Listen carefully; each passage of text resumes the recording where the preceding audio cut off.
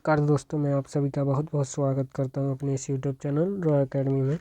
Roy academy एक platform है जहां पर आप यूट्यूब चैनल है जहां पर आप क्या पढ़ेंगे तो 9th और क्लास 10th का मैथ और केमिस्ट्री, मैथ और साइंस का पूरा सिलेबस पढ़ सकते हैं।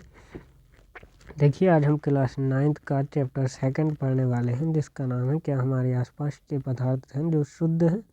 इससे पहले हमने जो पहला चैप्टर पढ़ा था उसका क्या नाम था?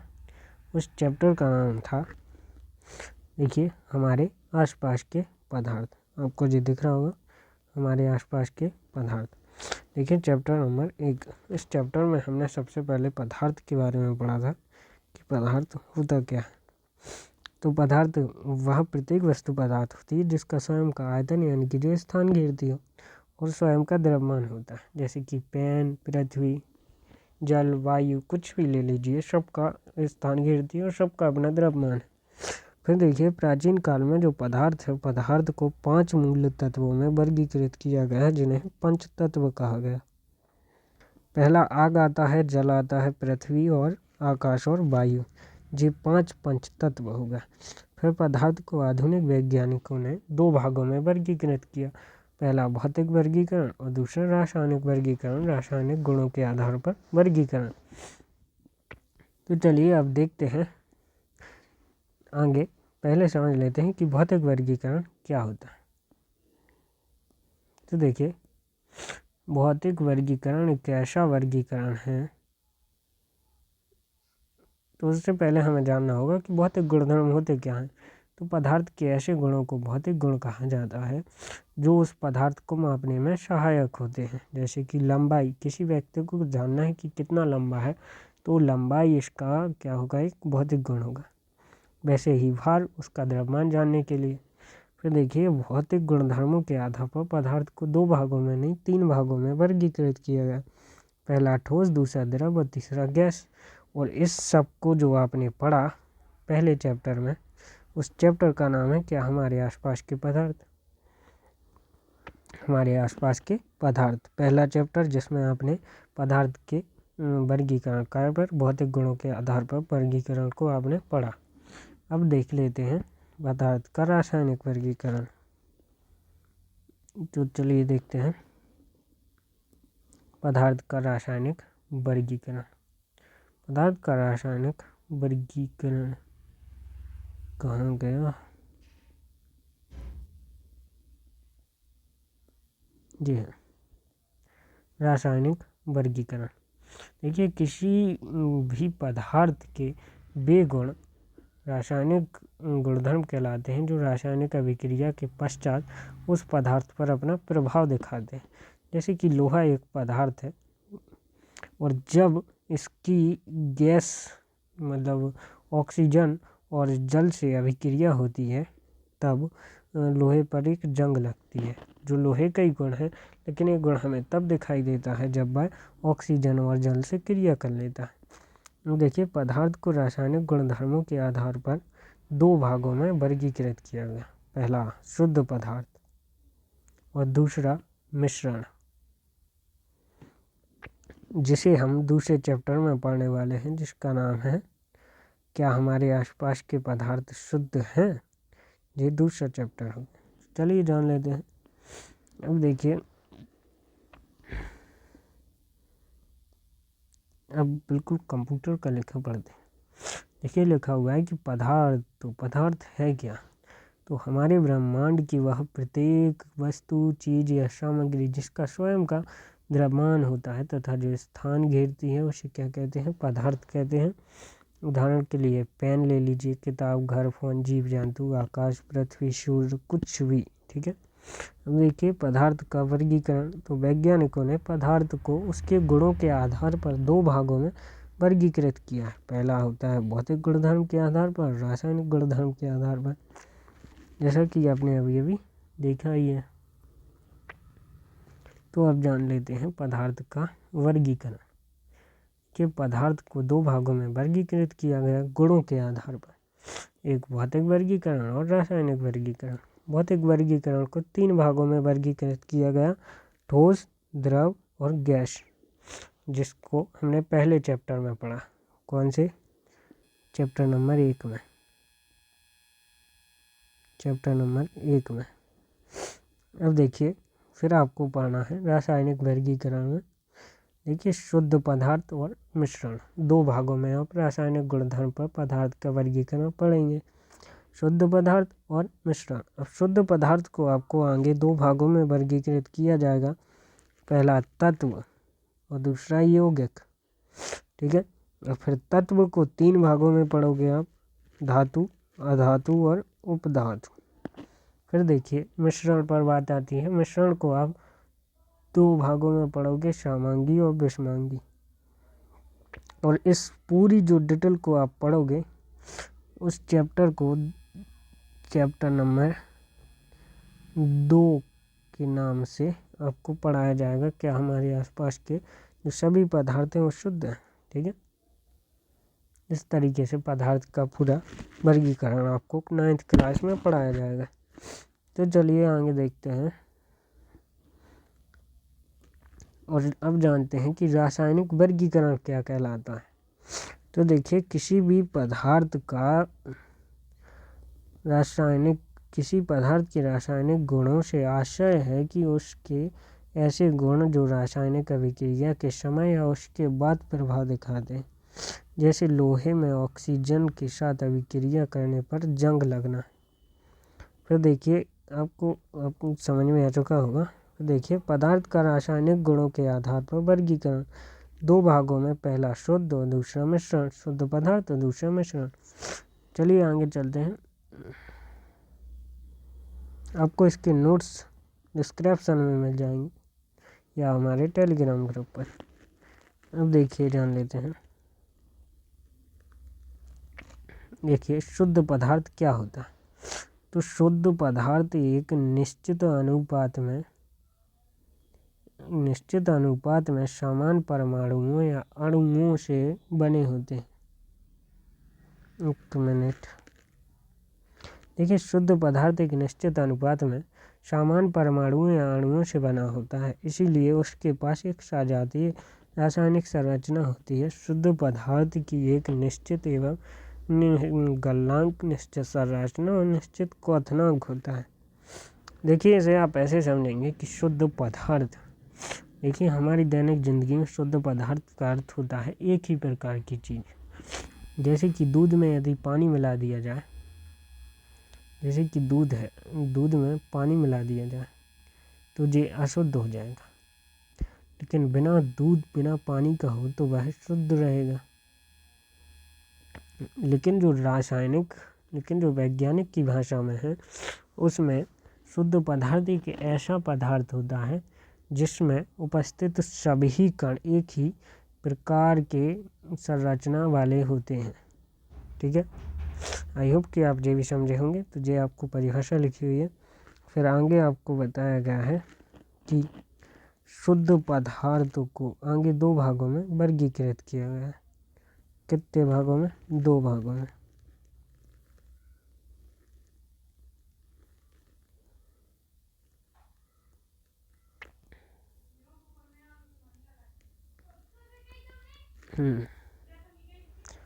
दो भागों में वर्गीकृत किया गया। आगे 2 भागों में वर्गीकृत किया गया, पहला तत्व और दूसरा यौगिक। तो चलिए जान लेते हैं कि तत्व क्या होते हैं। बात आती है तत्व की। तो देखिए तत्व, तो रासायनिक तत्व उन शुद्ध पदार्थों को कहते हैं जो केवल एक ही तरह के परमाणुओं से बने हों। अभी आपने शुद्ध पदार्थ देखा, तो शुद्ध पदार्थ भी एक ही प्रकार के अणुओं या परमाणुओं से मिलकर बने हों, लेकिन शुद्ध पदार्थ जो है उसे हम और छोटे कणों में तोड़ सकते हैं। लेकिन जो तत्व होगा, तत्व को और छोटे कणों में नहीं तोड़ा जा सकता, ठीक है। आपको इस बात का ध्यान रखना है। फिर देखिए लिखा हुआ है जो ऐसे परमाणुओं से बने होते हैं जिनके नाभिक में संख्या समान होती है प्रोटॉनों की। देखिए सभी रासायनिक पदार्थ तत्वों से मिलकर बने होते हैं। जितने भी रासायनिक पदार्थ हैं वो तत्वों से मिलकर बने होते हैं। देखिए सन 1661 ईस्वी में एक वैज्ञानिक आए, रॉबर्ट जिन्होंने यह बताया कि जो तत्व है, तत्व एक ही प्रकार के शुद्ध परमाणु या फिर अणुओं से मिलकर बना हुआ है, जिसे और अधिक भागों में विभाजित नहीं किया जा सकता। तत्व एक ऐसा शुद्ध पदार्थ जिसे और अधिक छोटे तत्वों में नहीं तोड़ा जा सकता, किसी भी विधि द्वारा वर्गीकृत ना किया जा सके, उसे अपन क्या कहेंगे, तो उसे तत्व कहेंगे। ठीक है, अब देखिए तत्व, देखिए उदाहरण के लिए आप हाइड्रोजन ले सकते हैं, नाइट्रोजन, ऑक्सीजन, सिलिकॉन इत्यादि तत्व हैं। देखिए अब तक कुल 118 तत्वों की खोज की गई है, जिसमें से 94 तत्व धरती पर उपस्थित हैं, मतलब विद्यमान मूल रूप में उपस्थित हैं। बाकी के 24 तत्वों को हमने बनाया है, जिसे कहते हैं मानव निर्मित तत्व। ठीक है, आई होप कि आप तत्व के बारे में जान चुके होंगे। अब आगे चलते हैं। देखिए आपको एक पर्यटक टेबल जिसे आवर्त सारणी कहते हैं, आवर्त सारणी क्या है, तो सबसे पहले यह जान लेना चाहिए। तो आवर्त सारणी एक सारणी है जिसमें तत्वों को एक व्यवस्थित क्रम में रखा जाता है। देखिए आवर्त सारणी, 2 आवर्त सारणी बनाई गई अब तक, जिसमें से पहली बनाई थी मेंडलीफ ने। किसने? मेंडली ने। और दूसरी जो बनाई वो बनाई हेनरी ने, हेनरी नामक वैज्ञानिक। इसे कहा जाता है आधुनिक आवर्त सारणी, आधुनिक आवर्त सारणी। इसे क्या कहते हैं? आधुनिक आवर्त सारणी। देखिए जो मेंडलीफ की आवर्त सारणी थी, इसमें तत्वों को किस क्रम में रखा गया था, तो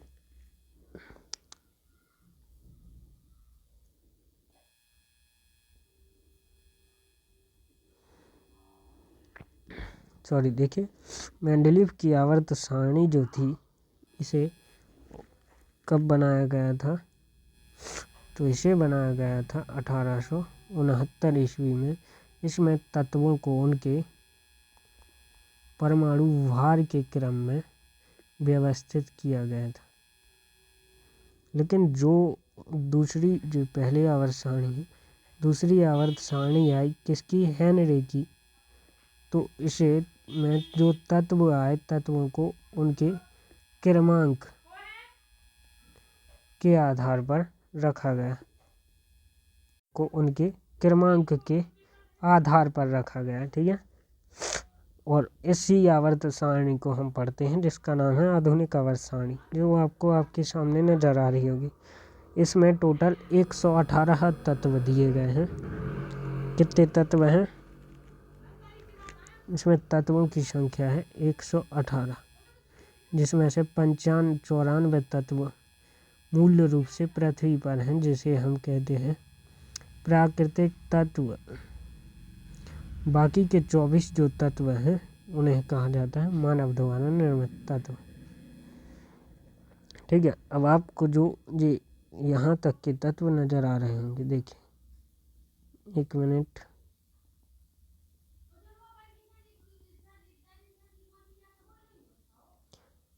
देखिए जो 1 मिनट, जो ये तत्व आपको नजर आ रहे हैं,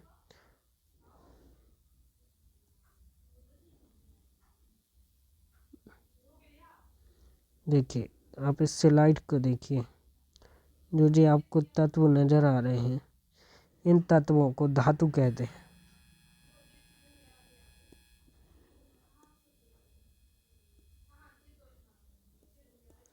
और जो ये आपको ये तत्व नजर आ रहे हैं, पहला एक हाइड्रोजन, और ये यहाँ से सिलिकॉन से नहीं, कार्बन से, कार्बन से पोटेशियम। देखिए जो जितने आपको तत्व नजर आ रहे हैं, इन तत्वों को क्या कहा जाता है? अधातु।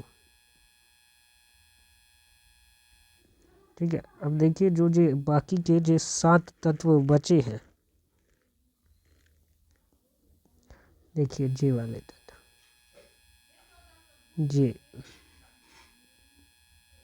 जे जो तत्व बचे हैं, ये जो 7 तत्व आपको दिख रहा है, इन्हें कहा जाता है उपधातु। ठीक है दोस्तों, देखिए तो आपको जी आवर्त सारणी आई होप कि समझ में आ चुकी होगी। अब देखिए, अब इन तत्व को 3 भागों में पढ़ना है। यहाँ पर देखिए तत्व को 3 भागों में वर्गीकृत किया गया। पहला धातु, अधातु और तीसरा उपधातु। तो धातु क्या होती है? तो ऐसे तत्व, देखिए इसे आप समझ लीजिए कुछ इस तरीके से, ये एक व्यक्ति है, ये दूसरा व्यक्ति है, ये व्यक्ति के पास पैसा है, इसने इस व्यक्ति को पैसा दिया, कर्जा दिया, इसने कर्जा लिया, इसने लिया और इसने दिया।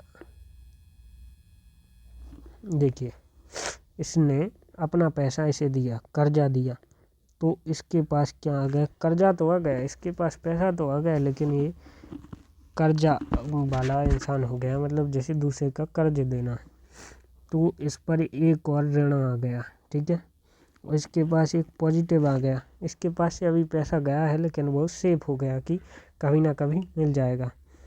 तो जब कोई इंसान किसी को कर्जा दे रहा है तो उस इंसान को धातु कहते हैं, और जो कर्जा लेता है उस इंसान को अधातु कहते हैं।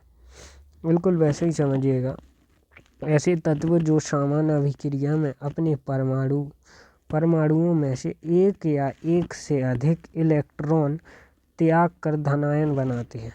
यानी कि जो इलेक्ट्रॉन दे रहा है, अपना इलेक्ट्रॉन इस वाले इंसान को दे रहा है कर्जे के रूप में। ठीक है, तो यह धनावेश बनाएगा, और ऐसे तत्व क्या कहलाएंगे? धातु। जैसे सोना, चांदी, बाकी के जो आपको अभी मैंने तत्व दिखाए हैं। देखिए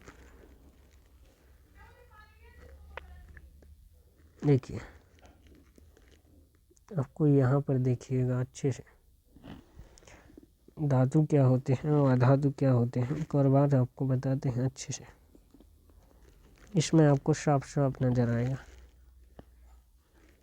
देखिए जी, यहाँ से लेकर के ये पूरे तत्व,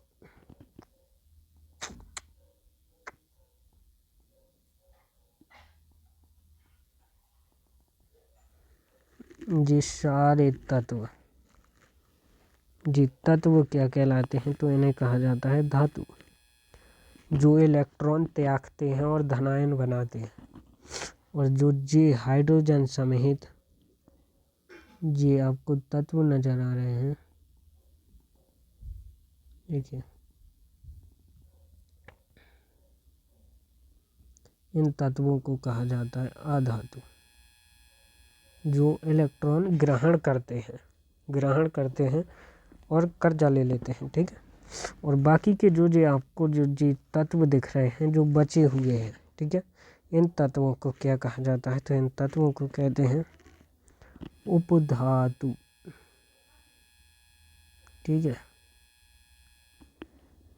आई होप आप समझे होंगे। और अब आगे चलते हैं।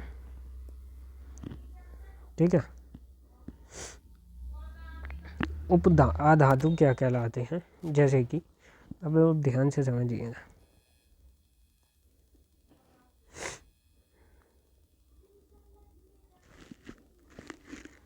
जैसे हाइड्रोजन है, हाइड्रोजन का जो परमाणु क्रमांक होता है वो होता है 1, परमाणुओं की संख्या, इसके पास जो परमाणु है वो है 1। अब देखिए इसे अपने चारों ओर जो कक्षाएं बनवानी है कुछ इस तरीके से। पहली कक्षा में 2 इलेक्ट्रॉन बैठते हैं जबकि इसके पास 1 है। अब खाली कक्षा सही नहीं होती तो इसने भरने के लिए दूसरे से जो इलेक्ट्रॉन ग्रहण करेगा, क्या लेगा? इलेक्ट्रॉन ग्रहण करेगा, और जब ये इलेक्ट्रॉन ग्रहण करेगा तो इसके ऊपर नेगेटिव का चार्ज आ जाएगा और इसकी कक्षा भर जाएगी और इस पर इलेक्ट्रॉनों की संख्या हो जाएगी 2। ठीक है, कक्षा भर गई। तो जो हाइड्रोजन होगा ये क्या कहलाएगा? अधातु। अब वहीं आप देखिए कुछ इस तरीके से कि दूसरा तत्व होता है हाइड्रोजन के बाद हीलियम। ठीक है, He होता है शायद, देखिए पहला दूसरा हाइड्रोजन हीलियम He दूसरा तत्व। ठीक है, फिर तीसरा हाइड्रोजन हीलियम और लिथियम Li।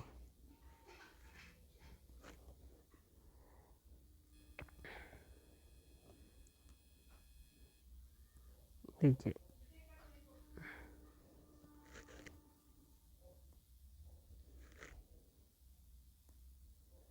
तत्व होता है, कुछ ऐसे तत्व होते हैं जो अपने परमाणु को त्यागते हैं, जैसे सोडियम।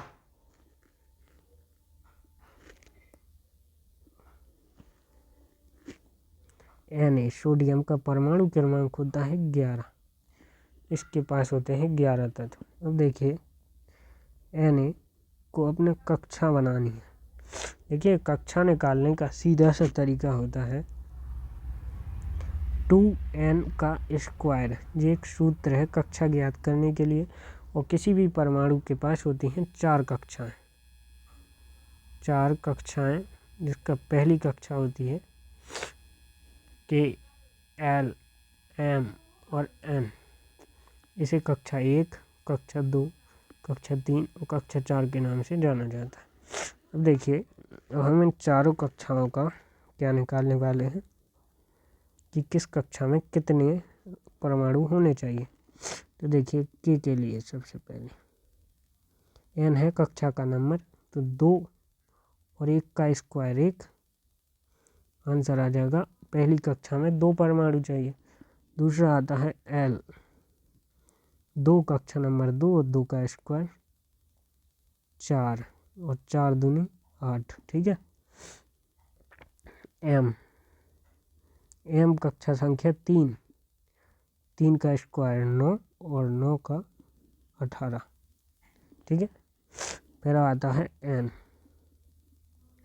कक्षा संख्या 4, 4 का स्क्वायर 16 और 16 दूनी 32। ठीक है, आगे भी कक्षाएं होती हैं लेकिन ये मेन कक्षा 4 है। ठीक है, अब देखिएगा इसी में समझते हैं। सबसे पहले अपन को लेना है एक हाइड्रोजन। ठीक है, हाइड्रोजन में कितने परमाणु होते हैं? एक परमाणु होता है। हाइड्रोजन एक परमाणु है, वो परमाणु में एक इलेक्ट्रॉन होता है, एक इलेक्ट्रॉन होता है। इलेक्ट्रॉन को छोटी ई से लिखा जाता है। पहली कक्षा में भरे जाते हैं 2 इलेक्ट्रॉन, दूसरी में 8 इलेक्ट्रॉन, तीसरी में 18 और चौथी में 32 इलेक्ट्रॉन। अब देखिए इसे कक्षाएं बनानी है। हाइड्रोजन के चारों पहली कक्षा बनेगी, इसके पास कितने इलेक्ट्रॉन हैं? 1। तो पहली कक्षा में 2 इलेक्ट्रॉन बैठते हैं, तो इसने पहला 1 तो बैठा लिया। नियम है कि कक्षाएं फुल होनी चाहिए। अब इसकी फुल नहीं है तो ये किसी और दूसरे तत्व से एक इलेक्ट्रॉन उधार ले लेता है। मान लीजिए कि ये उधार लेता है सोडियम से, सोडियम Na से लिखते हैं, और सोडियम ने इसे अपना एक इलेक्ट्रॉन दे दिया। ठीक है, जैसे दे रहा है, तो इसकी दोनों कक्षाएं भर गई और जे काय में आ गया अधातु में। अब देखिए इसे समझिए, इलेक्ट्रॉन के पास जो सोडियम है इसके पास होते हैं 11। ठीक है, 11 इलेक्ट्रॉन। अब इसे कक्षाएं बनानी है, तो ये कक्षाएं कैसे बनाएगा समझिए। ये है Na, इसने अपने चारों ओर देखिए इसके पास कितने हैं, 11 इलेक्ट्रॉन्स है। इसने पहली कक्षा बनाई और आपने 2 इलेक्ट्रॉन तैनात कर दिए, कितने बचे, 9। दूसरी कक्षा बनाई और दूसरी कक्षा में कितने रख सकते हैं, 8। 1 2 3 4 5 6 7 और 8। अभी भी एक बच गया। अगली कक्षा बनाएगा अगर जी, मान लीजिए अगली कक्षा को फुल करने के लिए आपको कितने चाहिए, 18। अब जी किसी से 17 इलेक्ट्रॉन तो लेगा नहीं, इसीलिए जी एक इलेक्ट्रॉन त्यागेगा और वो इलेक्ट्रॉन त्यागता है तो यह धातु बन जाता है। आई होप कि आपको धातु का धातु समझ में आए होंगे। अब चलते हैं आगे और समझते हैं कि उपधातु क्या होते हैं। तो देखिए उपधातु ऐसे तत्व होते हैं जो धातु और अधातु दोनों के गुण रखते हैं। देखिए वे भिन्न भिन्न रासायनिक अभिक्रियाओं में अपने परमाणुओं के इलेक्ट्रॉन ग्रहण भी कर सकते हैं और त्याग भी सकते हैं, उन्हें उपधातु कहते हैं। ठीक है, उपधातु 7 हैं। पहला नंबर आता है बोरोन, दूसरा आता है सिलिकॉन, चौथा आता है जर्मन, आर्सेनिक, एंटीमनी और टेलेरियम और पोलोनियम। ये 7 होते हैं जो फिक्स हैं। और देखिए आपको बताते हैं कैसे। इसके लिए आपको आवर्त सारणी में जाना होगा। सबसे पहले हम बोरोन, सिलिकॉन और जर्मन को देखेंगे।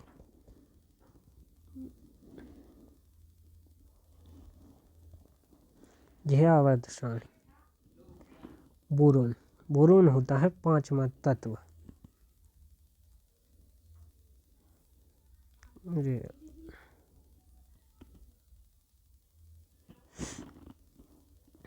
यहाँ पर आपको देखना है बोरोन, बोरोन है 5वां। 5 तत्व हैं इसके पास। सिलिकॉन के पास है 14 है। देखिए आपको दिख रहा है 14 है। और बस इन दोनों को ही समझ लेते हैं।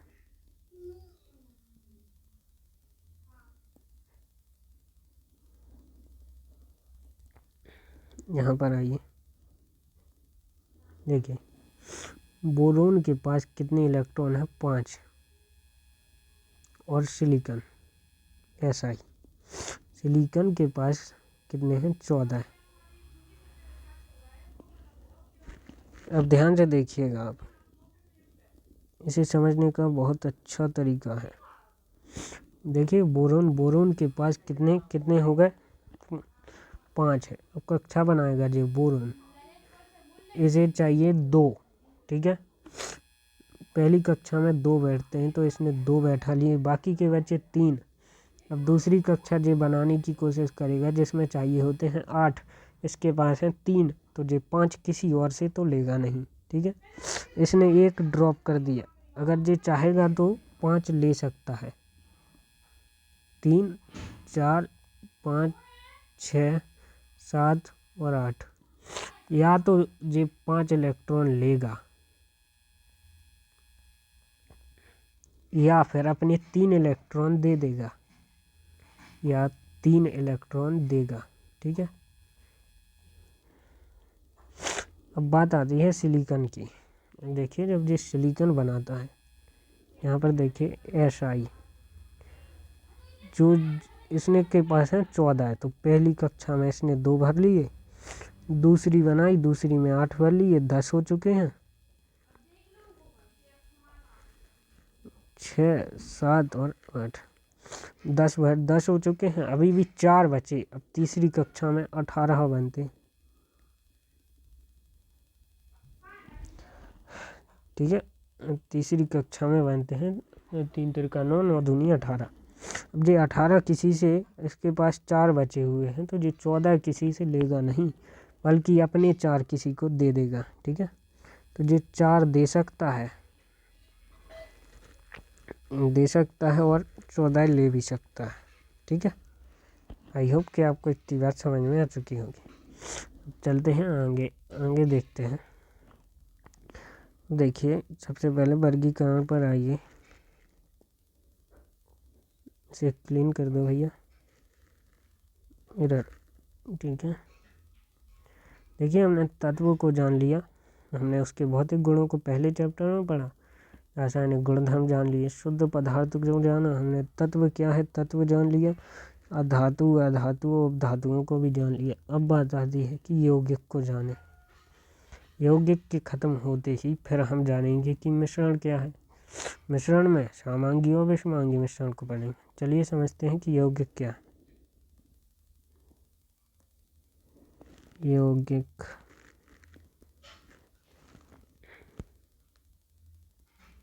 और उससे पहले आप धातु अधातु और में अंतर जान लीजिए।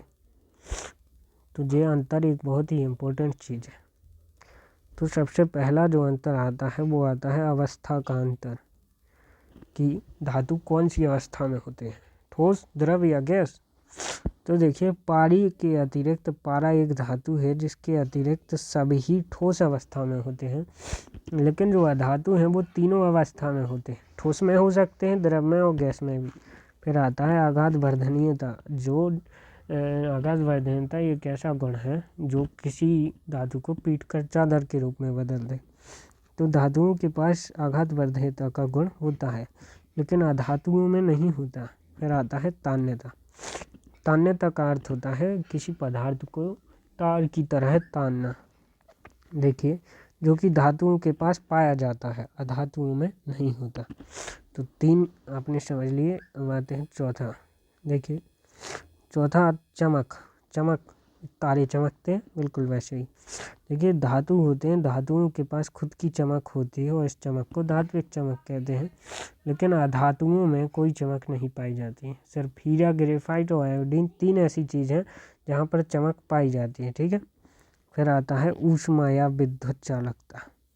देखिए जो धातु होते हैं, धातु ऊष्मा के सुचालक होते हैं, यानी कि धातु से ऊष्मा जा सकती है, आ सकती है। जैसे लोहा, लोहा में ऊष्मा आती है।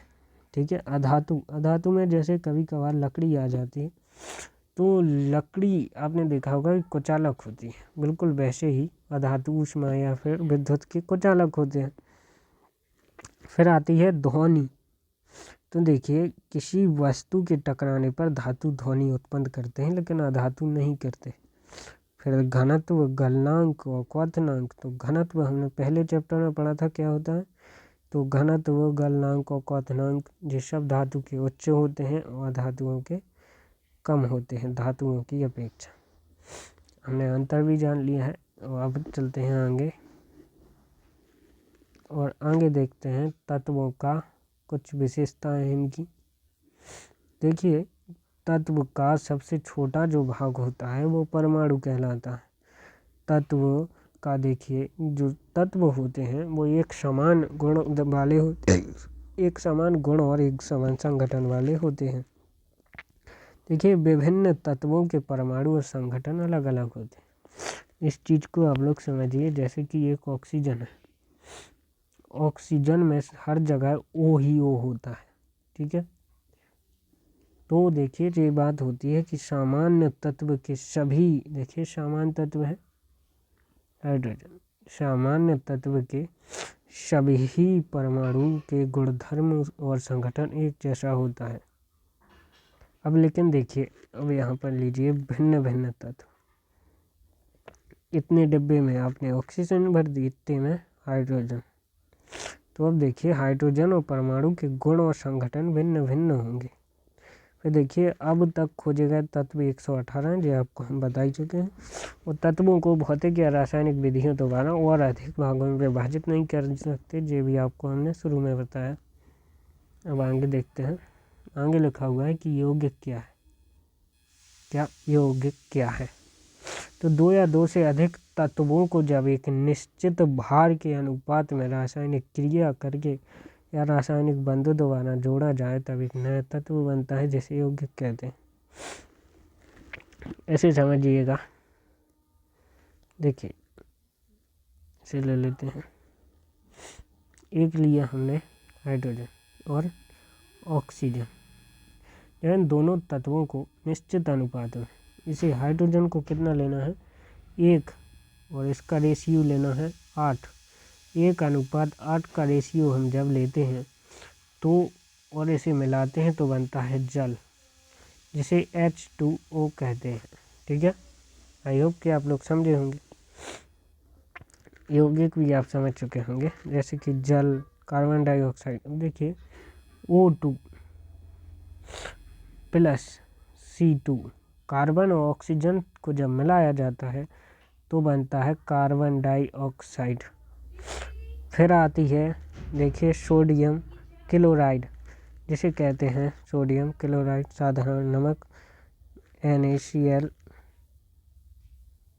देखिए जब Na यानी कि 11 सोडियम और क्लोराइड मिलता है तब जो बनता है उसे सोडियम क्लोराइड कहते हैं। सल्फ्यूरिक अम्ल H2SO4 जब मिलकर बनता है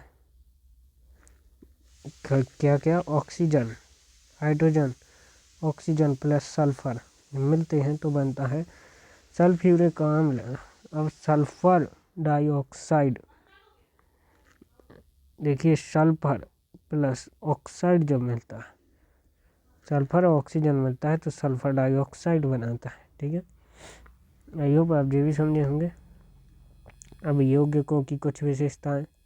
देखिए यौगिक एक निश्चित अनुपात के संयोग से मिलता है, जो आपको मैंने अभी बताया 1.8 का रेशियो से जल बना। फिर यौगिक के बनने में देखिए जब ये यौगिक बनाए जाते हैं तो इनकी अभिक्रियाएं होती हैं जिसमें ऊष्मा या तो उत्सर्जित होगी यानी कि बाहर निकलेगी, या फिर अंदर जाएगी यानी कि अवशोषित होगी।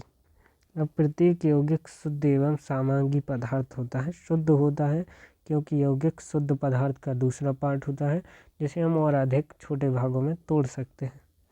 देखिए यौगिक को उनके अवयवों के साधारण, देखिए यौगिक को हम भौतिक विधियों द्वारा नहीं तोड़ सकते, हाँ, लेकिन रासायनिक विधियों द्वारा तोड़ सकते हैं।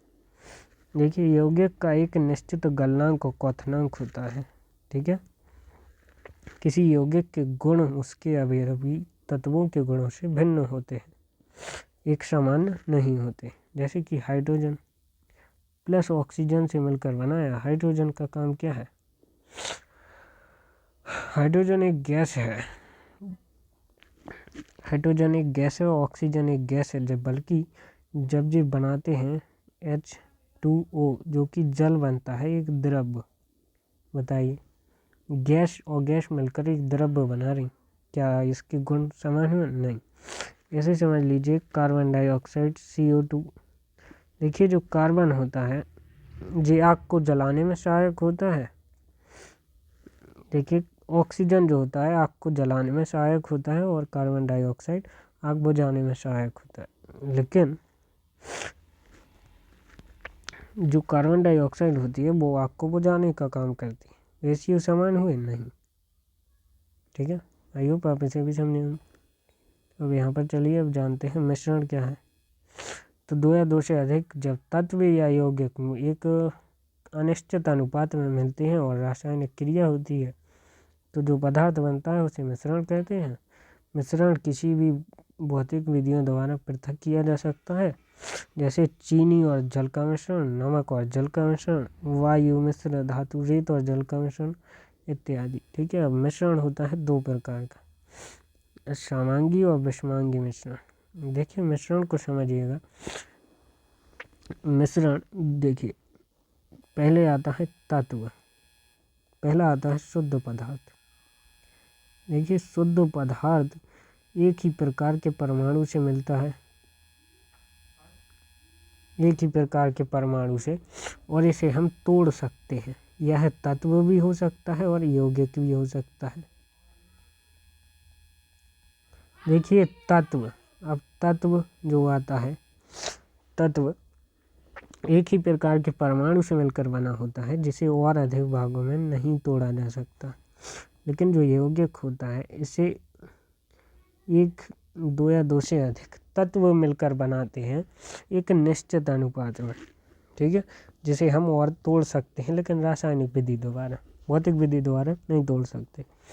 अब लेकिन जो मिश्रण आ रहा है, मिश्रण तत्वों से तो बन ही रहा है, यौगिक से भी बन जाता है, लेकिन यौगिक सिर्फ तत्व से बनता है और यौगिक को बनाने के लिए एक निश्चित अनुपात चाहिए होता है। लेकिन जो यौगिक है, यौगिक किसी भी अनिश्चित अनुपात में मिल जाए और तो ये बन सकता है। ठीक है, अब देखिए मिश्रण दो प्रकार का है, समांगी और विषमांगी। समांगी मिश्रण ऐसा जिसमें दो या दो से अधिक तत्वों से तो मिलकर बने, लेकिन इसमें जो दोनों तत्व हों, पहला तत्व और दूसरा तत्व, दोनों बिल्कुल ऐसे मिल जाएं कि एक दूसरे में घुल जाएं पूरी तरीके से, अलग अलग तत्व दिखाई ना दें।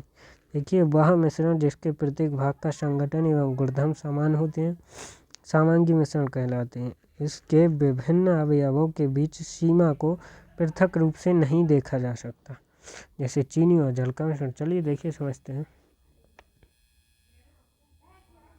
आप इसे देखिए,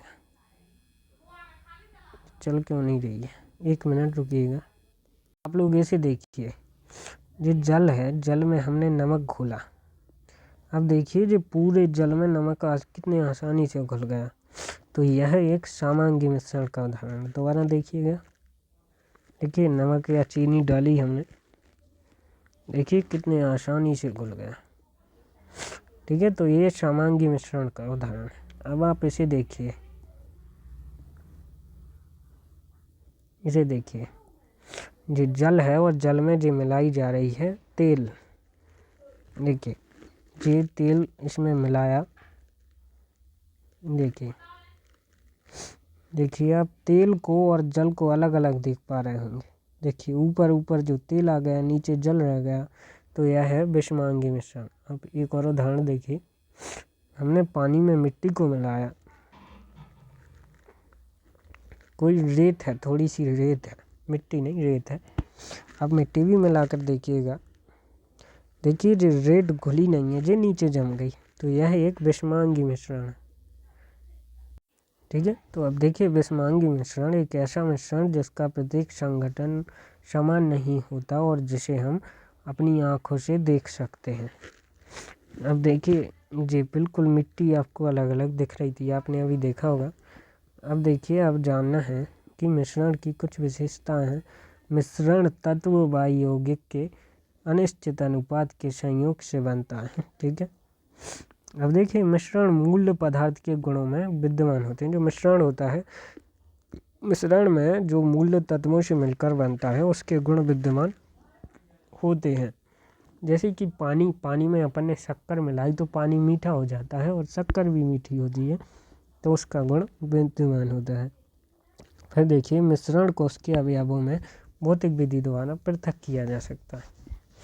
ठीक है, अब आप देखिए कुछ इस तरीके से, जैसे कि जल है, जल में आप नमक मिलाइए और इसे छत पर रख दीजिए धूप में, तो जब जो आपको आखिर में मिलेगा तो वो मिल जाएगा नमक, और पानी उड़ जाएगा, पानी उड़ जाएगा। और इसमें देखो जो पानी है, पानी ना तो ऊर्जा का अवशोषित होता है और ना ही उत्सर्जन होता है। देखिए जब जल और नमक को हमने मिक्सचर कर लिया तो वो जल बना, जो वो हो जाएगा खारा जल। और जब इस जल में से हमें नमक को निकालना है तो हम धूप में रखेंगे तो जल उड़ जाएगा, ऊर्जा उड़ रही है, यानी कि उत्सर्जित हो रही है, अवशोषित नहीं उत्सर्जित हो रही है। तो ये उत्सर्जित तब होगी जब हम इसे मूल तत्वों में लाना चाहेंगे, लेकिन जब हम इसे मिलाएंगे, जैसे मैं जल में नमक मिलाया, तो ना तो ऊर्जा अवशोषित होगी ना ही उत्सर्जित होगी। ठीक है, तो आपको ये सारे पॉइंट्स क्लियर हो चुके होंगे। अब थोड़ा सा और हमें जानना है अंतर। ठीक है, यौगिक और मिश्रण में अंतर। तो देखिए जो यौगिक होता है वो यौगिक दो या दो से अधिक तत्वों के एक निश्चित अनुपात में मिलाने से बनता है, लेकिन जो मिश्रण होता है वह अनिश्चित अनुपात में तत्व या यौगिक के मिलाने से होता है। ठीक है, देखिए मिश्रण के निर्माण में जो ऊष्मा होती है ना तो वह उत्सर्जित होती है और ना ही अवशोषित होती है, लेकिन जब हम इसे मूल तत्वों में लाते हैं तब उत्सर्जित होती है और अवशोषित होती है भौतिक विधि द्वारा। ठीक है, देखिए अब देखिए यौगिक को जब हम बनाते हैं दो से अधिक तत्वों से, तो उसमें ऊष्मा का अवशोषण भी होता है, उत्सर्जन भी होता है। फिर देखिए प्रकृति में देखिए ठोस जो होते हैं वो समांगी होते हैं, लेकिन मिश्रण समांगी और विषमांगी दोनों होते हैं। आगे देख लीजिए, आगे आपको लिखा हुआ है कि अवयवों के गुणधर्म। देखिए यौगिक के जो गुण होते हैं वो उसके अवयवों के गुण से भिन्न होते हैं, लेकिन जो मिश्रण के गुण होते हैं वो उसके अवयवों के गुण से समान होते हैं, मेल खाते हैं। देखिए मिश्रण का जो गलनांक और क्वथनांक होता है वो अनिश्चित होता है, किसी भी ताप पर वह पिघल सकता है और किसी भी ठंडक पर वह जम सकता है। यौगिक का क्वथनांक और गलनांक निश्चित होता है, एक निश्चित ताप पर जमेगा और एक निश्चित ताप पर पिघलेगा। देखिए पृथकीकरण अलग करने की विधि, तो इसे हम भौतिक विधि द्वारा पृथक नहीं कर सकते यौगिक को, लेकिन मिश्रण को अलग किया जा सकता है। देखिए उदाहरण के लिए जल, सोडियम क्लोराइड, सल्फ्यूरिक अम्ल। अब देखिए नमक और चीनी का मिश्रण। तो दोस्तों आज की हमारी ये क्लास यहीं पर समाप्त होती है। अब देखिए अगली क्लास, एक मिनट थोड़ा सा पेज टाइम देखिए, इसे देखिए जो हमारी पहली वीडियो जो आज आपने देखी है, अगर जी पसंद आई हो तो लाइक कीजिएगा और शेयर करिएगा, ठीक है। अब देखिए जो पहली वीडियो हमने जो देखी है इसका नाम है रासायनिक वर्गीकरण। वर्गीकरण काय का? पदार्थ का। एक minute,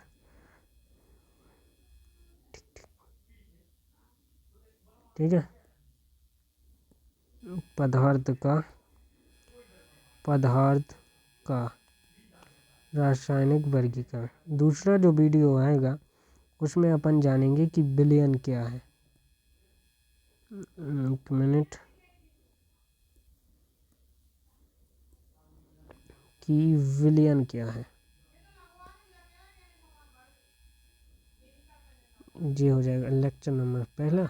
lecture number 2, lecture number तीसरा जो आएगा आपको वो आएगा मिश्रण का पृथकीकरण।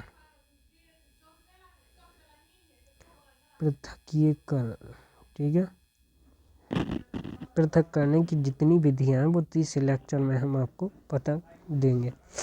और आपको अब हम आपको दिखाने वाले हैं कि कैसे आप पहले चैप्टर आप पढ़ सकते हैं। पहला चैप्टर कि हमारे आसपास के पदार्थ को आपको पढ़ना है। तो देखिए आपको हमारे जाना है, अभी आप YouTube पर पढ़ रहे होंगे कुछ इस तरीके से। देखिए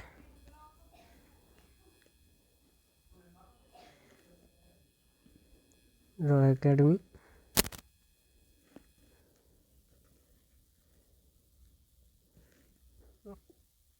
हेलो चैनल।